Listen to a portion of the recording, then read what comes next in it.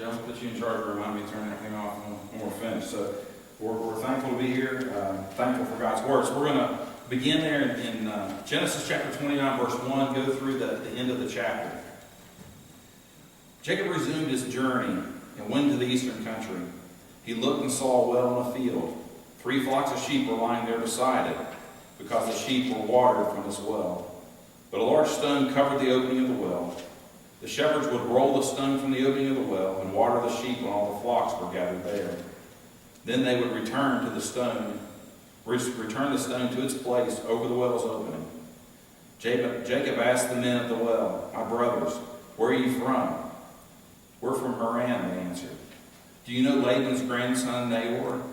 Jacob asked them. They answered, "We know him." He asked, Is he well?" Jacob asked. "Yes," they said.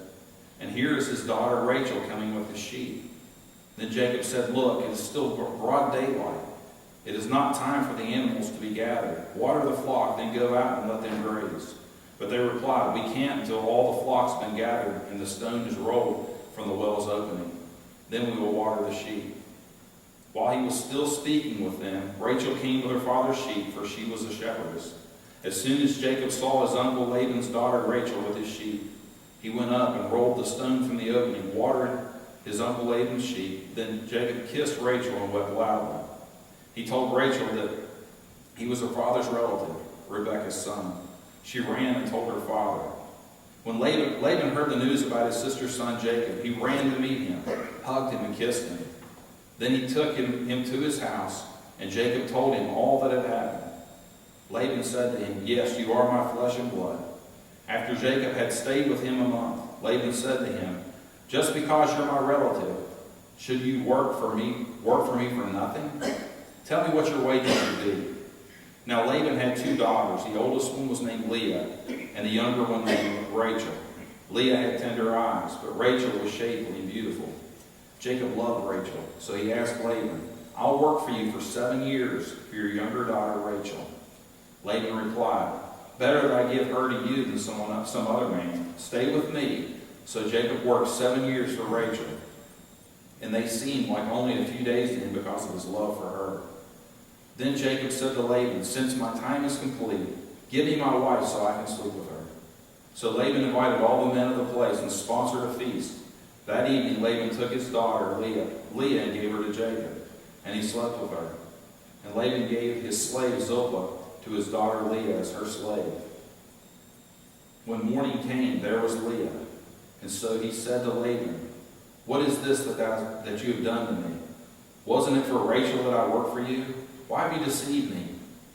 Laban answered, "It is not the custom in this place to give a younger daughter in marriage before the firstborn. Complete this week the wedding celebration, and I will also give you this younger one in return for working yet another 7 years for me." And Jacob did just that. He finished the week of celebration, and Laban gave his daughter Rachel as his wife. And Laban gave his slave Bilhah to his daughter Rachel as her slave. Jacob slept with Rachel also, and indeed he loved Rachel more than Leah, and he worked for Laban another 7 years.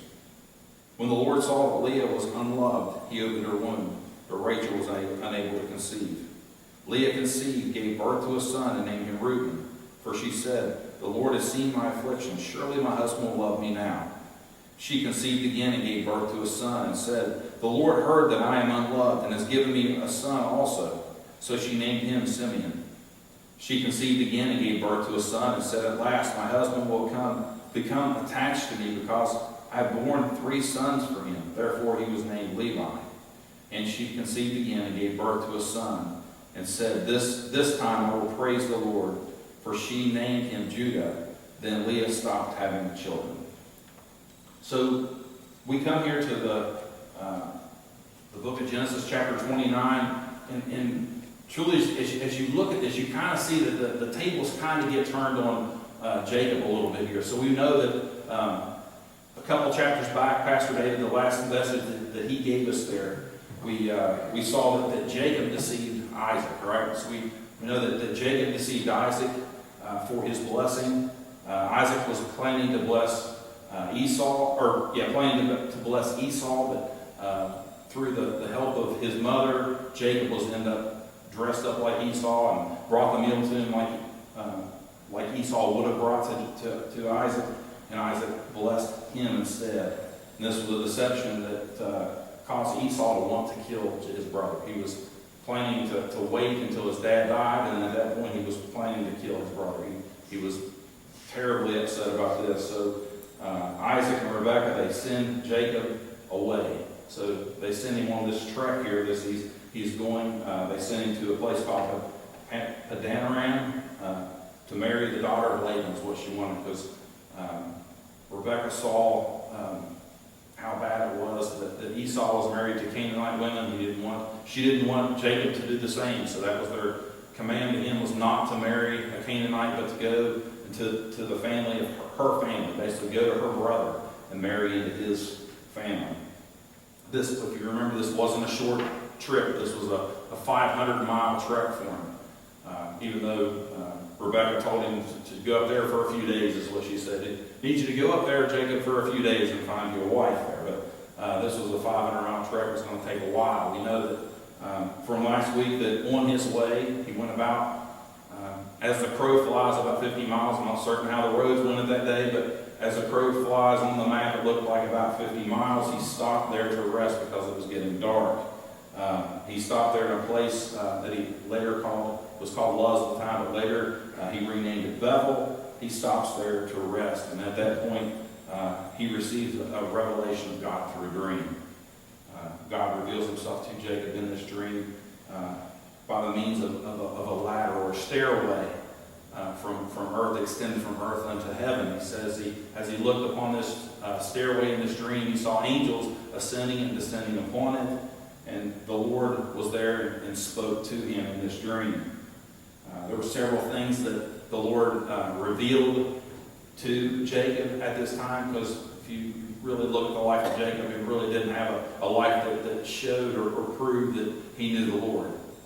The Lord spoke to him at this time. He basically told him right at the beginning, the first thing is he says, I am the Lord. So to clear all things up to Jacob, Jacob knew who he was talking to right from the get-go, that he was the Lord speaking to him. He also told him in this dream, he says, I will give you the land that was promised to your father Abraham and Isaac. He told Jacob that his offspring would be like the dust of the earth, that he would just spread all over the place, his offspring would.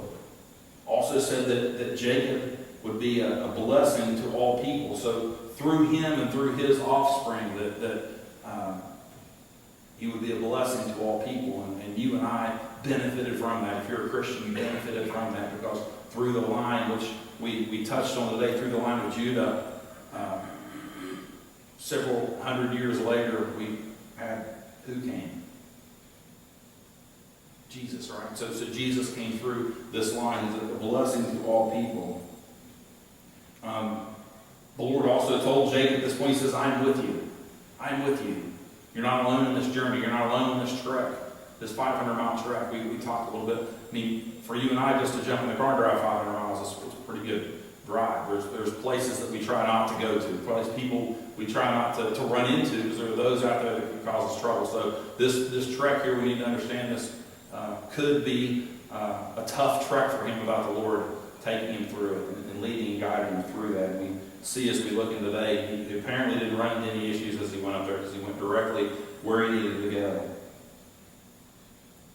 He told him, he promised, he says, I will bring you back, and I will not leave you. I will not leave you. So this dream that he had, this opened Jacob's eyes. This opened Jacob's eyes. As we come to this point in learning about Jacob, we can see that Jacob was, like most of us before we knew the Lord, he was kind of selfish. We said a little bit last week, he was kind of a mama's boy. Mom loved him more than Esau. Mom took care of him a little more, and Esau was more of a daddy's boy and kind of did more of the outdoorsy thing, where Jacob kind of hung around with his mom. But this experience here opened Jacob's eyes. This was a revelation, like God's revelation to him here. When he woke from the dream, he looked around and he said, this is an awesome place. An awesome place. Imagine seeing what Jacob saw. He said, this place is truly the house of God. This place is truly the gateway to heaven. He took and the stones in which he laid his head on, he anointed those stones, and he called that place Bethel. This truly opened his eyes. Jacob then made a vow. Well, a lot of people make vows. He experienced this. This was something that was transforming him, life-changing. We know as new believers, when you were first saved, it's transforming, right? We became new creatures. We weren't the way we were before. We didn't think the way we did before. We didn't desire the same things that we did before. The Lord transforms us. He changes us. That's the mark of a believer is a transformation, a change. But Jacob here, he vows. He says, and sometimes with vows, is he kind of made an ultimatum, sort of, or like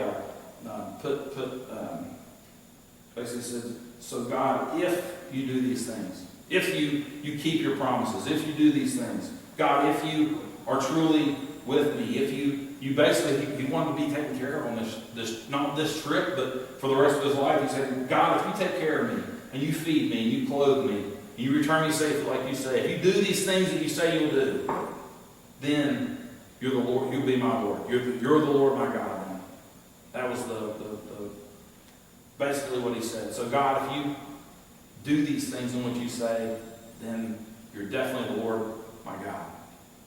What's the one thing we know about God? He's faithful, right? He keeps his promises.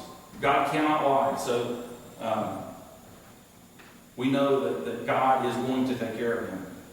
And a lot of times, and we're going to see this in this instance as well with Jacob, a lot of times not everything goes our way. That doesn't mean that God's not taking care of us, just because everything's not going our way. Or just because we go through trials or tribulations in this time and in life, because that's part of life. That's part of life in a fallen world. But God is still there, even through these difficulties. And a lot of times God uses these difficulties just like he does with Jacob here in our lives to help us to grow. Because there's times that I need valley experiences to climb back to the mountain. Amen? Because we go through these instances and we get to see God work through these valley experiences, through these times of struggles. We get to see God work. So Jacob had a revelation of God. Now, at this point, as we come into this, we get to see the providence of God. The providence of God. Does everyone understand what I mean by providence of God? So God not only reveals himself to Jacob, not only did God reveal himself to him, when we believed, when we trusted, when we knew the Lord for the first time, he revealed himself to us. Amen. Then as we walk with him, we get to see the providence of God. We get to see how he provides, how he leads, how he orchestrates everything and puts it in place. So it's all that Jacob knew on this trip was where he was going and who he was supposed to meet. That's what he knew. He knew the general direction. He knew the land in which he was to go to, and the person he had never met before this. He was going to meet this person, and that's where he's going to try to get a wife. So as we go, we see that, and begin there in verse 29, we see that Jacob resumed his journey and went to an eastern country. We see here he apparently had no issues. The Lord just took him and delivered him right to where he needed to go. Led him to, the Bible tells us, he led him to a well, a place where they used to water sheep. This is a well that was covered with a great stone that would have to be rolled away. Basically there to roll away, let the sheep drink, and then cover it back up. So nothing else gets in there. It says when he got there, he saw 3 flocks of sheep. 3 flocks of sheep when he got there. So Jacob comes and he sees these shepherds there, and he sees these flocks there. He goes to them and he begins to question them. So he knows he's probably pretty close. So he comes and he finally finds some people, and just like you and I, when we're not really 100% sure where we're going, we stop, especially before cell phones and before Garmin's and whatnot. A lot of times you're getting close to where you need to be, which aren't really certain And a lot of times with our phones today, they get turned us in the wrong direction. So we still have to do this. We stop and ask for what? Directions. So he comes and he asks these questions. So first off, he wants to find out where these fellows are from, because he doesn't want to get directions from somebody who doesn't know where they're going. So he asks, he says, where are you from? And he says, Haran. So he's like, first question, that's where I'm going. That's where I'm heading to. So you're from where I'm going to. So he then asks him, he says, well, if you're from Haran, do you know Laban? They say, yeah, we know Laban. Well, is he well? Is he alive? Is he well? Because they didn't necessarily have the best means of communication. Laban could have passed a long time ago, and his mom not have found out yet. So is he well? And he says, yes. And what's the whole purpose that Jacob is going here to begin with? So what's the main purpose? Why did his mom send him? Find a wife, right? So he's going through the questions here of trying to figure things out here. And that's the only question he doesn't ask. He doesn't ask anything about his daughters, but his maybe unspoken question, which is probably on his mind, because that's the reason he went up there, is what about the daughters? What are they like? I'm sure that would probably be on my mind if that's why I'm going up to this place, to meet a people that I've never met before, to find a wife that I know nothing about. But he answers this question before he even asks it. He says, when he asks, is he will, he says yes, and he says, and by the way, there's his daughter Rachel with his sheep. So we see God's provision here. We see and we begin to see that this is the one that he loves. He hasn't even got there. He hasn't got there to even meet the man to ask him about his daughters, and he's met the daughter already. God took him and delivered him, took him right to where he needed to go. Truly, we can probably look at this in our own lives and apply this in our own lives and see the times in which God had placed us and put us exactly where he needed us to go or he wanted us to go. And a lot of times we weren't even really looking for that. We weren't even, maybe that wasn't in our compass that day. The Lord put us in places directly where we need to be. He does it all the time. So God here, he delivers his love. He delivers his future wife to him. And the Bible tells us that when he sees her, he takes the stone, he sees her coming with her sheep. He's going to be the hero to start the day. He's going to roll that stone away. He's going to uncover that well. Her sheep are going to drink. That she brought him here. It says there, I believe it says there, it wasn't even really that time of the day, but he was going to get everything ready anyways. He wanted not to miss the opportunity to meet this girl. We know as we read a little later that she's beautiful.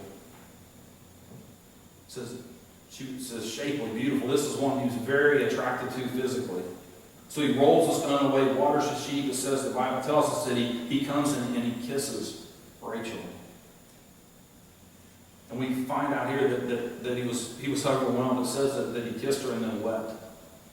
I don't know what kind of impression that would make for the ladies when you kiss them and you start crying. But he begins to weep, and I believe he was just overwhelmed by God's provision. I really do. I think it's like, wow, Lord. Wow, how you work. And it's amazing at times how God works. But he truly saw God's goodness and saw God's power and control over the situation. But he tells Rachel who he is. He says, I'm your cousin. I'm your dad's sister's son. I'm Rebecca's son. And apparently she seems to be attracting him as well. The Bible says that she runs to tell her dad. And she comes to him, and at this point we see the providence of God. We've seen the providence of God and how he works. We're going to look, and we kind of change gears here. I told you before that the tables were turned on Jacob a little bit. Jacob was the deceiver before. Now he's going to kind of meet his match here with his future father-in-law Laban. We're going to look now at the deception of man. And as we look at Laban, we begin to hear him talk. He looks genuine.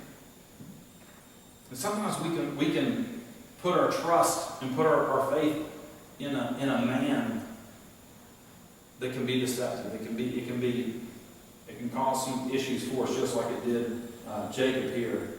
But you look at him and it looks like he's genuine. It looks like he's going to be there for Jacob. It looks like he's excited to have Jacob there. He ran to meet him. He hugged and he kissed him, and he declared Jacob to be his flesh and blood. I'm sure at this point Jacob got pretty excited. This guy likes me. This is going to work out for me. This is going to work out. The scripture tells us that Jacob stayed a month working for Laban, and Laban went and asked him, basically, you're not going to work for nothing. What do you want to work for? What's a good pay for you? And Jacob looks at him, and the Bible tells us that Laban has two daughters. He's got one named Leah. I'm not certain exactly what tenderized meant, but apparently not as pretty as Rachel. If you look at these, she wasn't described as shapely and beautiful like her sister Rachel was. And Jacob thought of a plan here. So he went and said, Laban, I'll work for you for 7 years if I can have Rachel. If I can marry Rachel, I'll work for you for 7 years. That'll be my pay.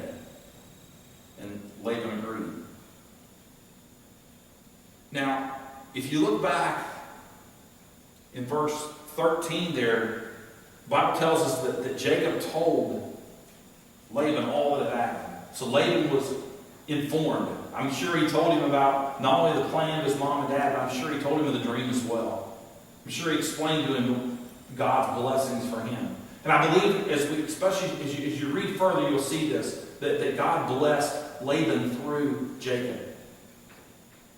So Jacob became, I believe, a meal ticket for Laban. He looked at Jacob, and when Jacob is there, Laban prospered. When Jacob was there, Laban prospered. The scripture tells us that the time flew by because of the love that Jacob had for Rachel, excited about this wedding, excited to finally begin his life with her. The Bible says that 7 years ended, and he basically went to Laban and said, it's time. I've worked my 7 years. I want my bride. I want Rachel. Laban decided to have a wedding feast. He just went by the customary ways and did a wedding feast there. But the deception started again there. Laban took Leah and gave Leah to Jacob unknowingly. Doesn't really explain what must be veiled or something to where he couldn't see which daughter it was. But he went and married Leah instead of Rachel. I want us to look at this deception. So this deception that Laban did, how many people do you think that who he deceived? He didn't just deceive Jacob. So Jacob thought he was marrying Rachel, didn't. Had to marry Leah. The deception went past there. The deception also included Rachel. I'm sure Rachel thought that once the 7 years are up, she would get to marry Jacob. She had to give the love of her life to her sister. That's terrible for a dad to deceive his own daughters that way. And then you got to look at Leah too. This isn't fair to Leah either. Leah's basically married to a man who didn't love her, who was tricked into marrying her. No woman wants to marry a man that was tricked to marry her. But if Laban, who later informed Jacob of the custom that the oldest daughter had to be married first, if he would have explained that to Jacob before, it'd be a little bit different, but he didn't. He didn't wait until after the wedding was over and then explain this to him. And then told him, well, Jacob, you can still have Rachel if you work another 7 years. So Jacob had to wait a week. The celebration lasted a week. Once the week was over, Jacob married Rachel. As we go a little further, we see that through Leah up to this point, if you read a little further, Leah had more children than this, but God blessed Leah with children because she was unloved. And it said that Rachel's womb was closed. She couldn't have children at this time. But Leah had 4 children described here: Reuben, Simeon, Levi, and Judah. Blessed with 4 children through Leah. Some of the takeaways I want to share from this. So, one, we need to put our faith in God, not man. We need to put our faith in the Lord and not man. God reveals himself to his children. He reveals himself. We know, we understand through the Word that we are saved by grace through faith. We also understand that no one comes to the Father, or no one comes to the Son unless the Father draws him. Each and every one of us here, if we're saved, the Lord drew us to him. It wasn't that we were wise enough to do so. It was just the Lord drew us. The Lord loved us, called us, drew us to him, and we believed. He revealed himself to us. We believed because we knew who he was. He revealed himself to us. And we continue to understand him better the more that we read his word. The more that we read and study, the more revelation we get, the more we understand the Lord, and the more we love. God always provides what he promises. We said that earlier, that God does not lie. God is truth. God's word is truth. All that God promises, he will do. He will do. We understand that prophecy is only prophecy when it happens. So someone who goes and prophesies something that doesn't happen is not a prophet. A prophet is 100% true 100% of the time. So if you turn on a TV evangelist who claims to be a prophet and he's right 10% of the time, he's not a prophet. Only way you can be a prophet is you're right 100% of the time. But God always provides what he promises. In God we can trust. God is in control. Even when our life doesn't seem to be in control, God's in control. Amen. This man Laban we were talking about, the deception man we were talking about. This was an unregenerate man. You may say, how do you know he's unregenerate? How do you know that he's not a believer? If you read further, you'll see he was an idol worshiper. He had idols and different things like this. He was a pagan. You may say, well, why would they send him up to marry a pagan? And we want us to understand. I believe as we look through here, we see that these women believed in the Lord. They didn't trust in the idols. Even though Rachel did steal the idol, I think she was stealing it for other purposes, but not for worship. But truly, an unregenerate man is inherently deceitful. Carnal men care only for themselves. They do what pleases me. Even Laban, you see there, he didn't care enough about his daughters not to deceive them.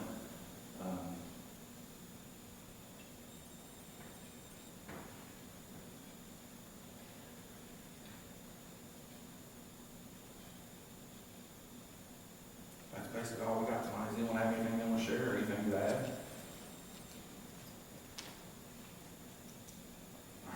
Father, we thank you so much for this day. We thank you, Father, for your mercy, your grace, your love. Thank you for your word.